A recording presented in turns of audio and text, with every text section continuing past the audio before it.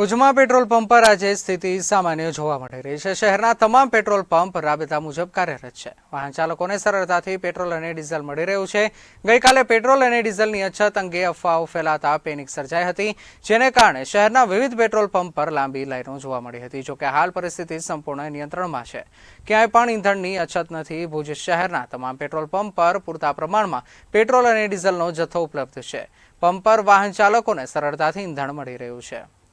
અહીં આપણે petrol pump ઉપર બધી કતાર જોઈ હું પણ એવું મને થયું કે અહીં કદાચ પેટ્રોલની અછત હશે, તો અહીંના માલિક છે પેટ્રોલ પંપના, એ આપણા ઓળખીતા જ છે।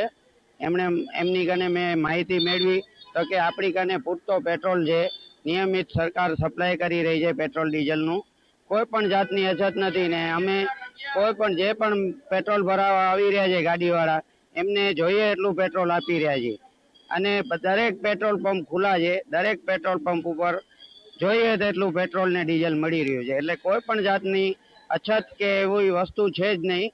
અને કોઈ પણ જાતની અફવાથી બચવું કે પેટ્રોલની અછત છે, દરેકને પૂરતા પ્રમાણમાં મળી રહ્યું છે પેટ્રોલ।